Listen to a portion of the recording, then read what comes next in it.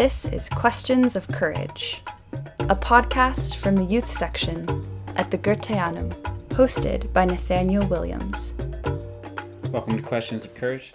As I've mentioned many times before, this little production is inspired by a comment that Rudolf Steiner made over 100 years ago when he was with a group of young people. And he said one of the most important qualities that we need when we want to reach a deeper understanding of ourselves and the world through thinking is courage. That's a quality that's really important. Now, speaking 100 years ago, I think definitely still a lot of truth to that today. And I'd like to speak very briefly about a big area of courage where you can be challenged to pursue ideas that you think are worthwhile, but where the whole kind of environment might not feel conducive to supporting you, which is a prerequisite of courage, of course. And that's in the academy. And particularly if you're interested in studying kind of spiritual work, influence of spiritual movement in the academy, it can be difficult depending on your point of departure. And now, if you want to study, let's say, the work of Rudolf Steiner and Anthroposophy in the academy, one way that the doors open quite readily is if you're very critical of it. And two examples of that in current scholarship are Peter Staudenmaier and Helmut Zander. Now, Staudenmaier is in the United States and Zander's in Europe, and they represent a certain pole in English-speaking scholarship on Steiner and German-speaking scholarship on Anthroposophy and Steiner. And of course, they have a very sharp eye for certain things, which can be very important. At the same time, their vantage point can be so critical that there's a lot that's left out, taken out of context perhaps, or just really distorted and misleading. And I'd like to focus on Rudolf Steiner's social and economic thought as one example. It's one that I'm very familiar with. And Staudenmaier is someone who spent a lot of time writing about it. And one of the things that's interesting is that he presents a picture of Rudolf Steiner's social thought by focusing on his ideas about race and evolution. And in a certain way, he doesn't really ever get to Rudolf Steiner's social thoughts because he finds the ideas about race and evolution so significant that they would in the end have to influence everything that Rudolf Steiner suggested for the organization of society. And the picture that emerges from his research is that, many people go to Waldorf schools or biodynamic farms, and now speak about the United States, and they might have a feeling like, wow, this is a really open-minded, tolerant place where people of different origins are respected and integrated. But Staudenmaier kind of presents this picture. Behind the scenes, there's this inner circle that has a very different agenda. And in a similar sense, like Steiner's social thought, his writings, his books might seem in a certain way appealing, but really when you get behind it, it's a very authoritarian vision. Now, it's important to know that Peter Staudenmaier has certain commitments. He has certain political commitments, and they come from the radical left, very influenced by Mary Bookchin, who in turn very influenced by Lenin, by Marx, by Trotsky. And Staudenmaier describes the dilemma, the ecological, environmental, social dilemma. For him, it has to do with whether or not we have a kind of vision of society where we allow for any kind of hierarchy. And he is a proponent of radical democracy, that everything in life be ordered along democratic lines, and that there be a picture of human beings that is radically equal.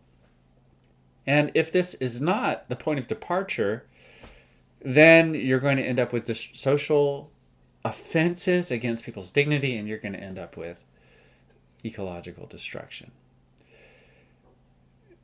And this informs how he approaches Steiner. So in a way, he never really gets to Steiner's social and economic ideas, which really don't speak about race.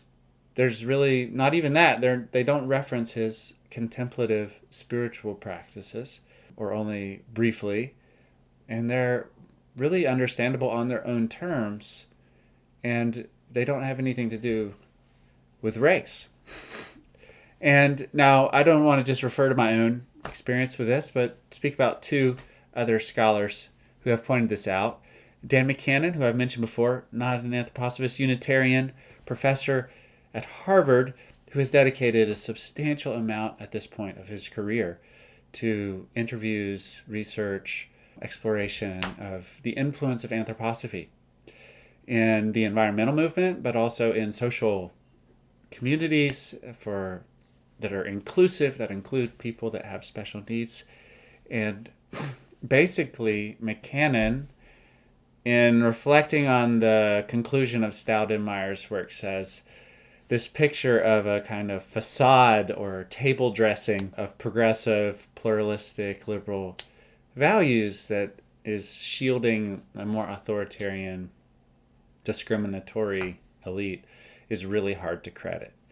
And that's based kind of on an impression that McKanan has, I think, from not only studying anthroposophy as an outsider, but also having countless interviews and getting to know and having friends within the anthroposophical movement, students of anthroposophy. There's another example that I can refer to from Christian Clement. And Christian Clement is the editor of the critical edition of Steiner's work, which has been appearing over the last 15 or so years. And he writes a preface to the volume that's dedicated to Rudolf Steiner's social and political thought. And one of the things that he writes in that preface is he says, anyone who comes forward and suggests that Rudolf Steiner had ideas that were related to, let's say, economic justice or more left-leaning values will might be dismissed, because there's this prevailing picture of Rudolf Steiner in the German-speaking world, he's writing in German, as a kind of nationalist. And he goes more specifically to the work of Helmut Zander, who is a well-known scholar in Europe in the German-speaking world, who has published on theosophy, anthroposophy, Rudolf Steiner. And really, Christian Clement, he's a professor at Brigham Young, he takes Zander to task in a similar way that McKanan kind of criticizes Staudenmaier. And he suggests that Zander also takes as a point of departure this kind of almost esoteric, this picture of an esoteric circle of people who have a secret plan, and he doesn't actually go into the social thought of Rudolf Steiner and to see how it informs actually social initiatives like the thousands of schools around the world or the farms. And this is something of interest because in the end, Christian writes that, for instance, in Rudolf Steiner's, one of his only significant books on social thought, it's called Towards Social Renewal in English, Clement writes, the philosophical works of Steiner, on their face, they have nothing to do. You don't need to reference his esoteric work in order to gain an understanding of them. They can be discussed purely on their own terms. And he goes on to point out that instead of trying to engage the work on their own terms, his philosophical and his social thought, there's this assumption of this authoritarian teaching that somehow is behind it and influencing it, and one never really gets to the work and the ideas. And he then goes on to show how this influences Zander's selection of quotes and passages from Steiner's work, which he takes totally out of context, misrepresents, and misinterprets. And Christian Clement goes on and says, his work with the critical edition, inviting experts from different areas to provide introductions, has the goal to understand another's experience of reality as one's own, first of all. So what is it like to try to read Rudolf Steiner and to try to just understand his experience as if it one's own? Even if you don't agree, the first point of departure as a scholar in the critical edition, that's a goal. So to try to understand the work on its own terms and through a hermeneutic method conducive to understanding. And then to explore how these ideas, which are founded on certain assumptions, connect with anthroposophical initiatives in anthroposophical life. So in both Zander and Staudenmaier, I think we see, like, if you're interested in researching anthroposophy, researching Rudolf Steiner's work, if you, I think, kind of approach these questions that take courage to ask with the kind of critical backdrop of the status quo, maybe not, actually, there's not much courage required. But anyone who, even if you're not an anthroposophist, in the case of McKanan and Christian Clement, you are interested in trying to really do justice to his work, you face a kind of uphill battle, which both of them kind of indicate in different ways. And it takes courage to be able to, even as a kind of sympathetic outsider, to approach anthroposophy and to try to understand it, even if one isn't wanting to pursue it as a kind of student, as a primary path of trying to understand oneself in the world. So, in any case, I do think that McKanan and Clement represent scholars with a degree of courage in this regard. And I hope this might be interesting for some students who are currently in college or university who might be interested in maybe directing their scholarly work in these directions. Questions of Courage is simple production, collaboration between the youth section and the communications team at the Goethe-Annum. And I encourage anyone who appreciates these to consider giving support to the youth section.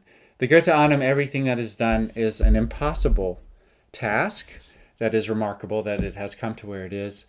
And it is only through the enthusiastic support of generations at this point of people who wanted to promote this pursuit of a deeper knowledge of the human being and of the world. And we need that support very much still. And I hope you might consider, if you're in a position and inspired to support it, continuing to make a contribution. Thank you very much.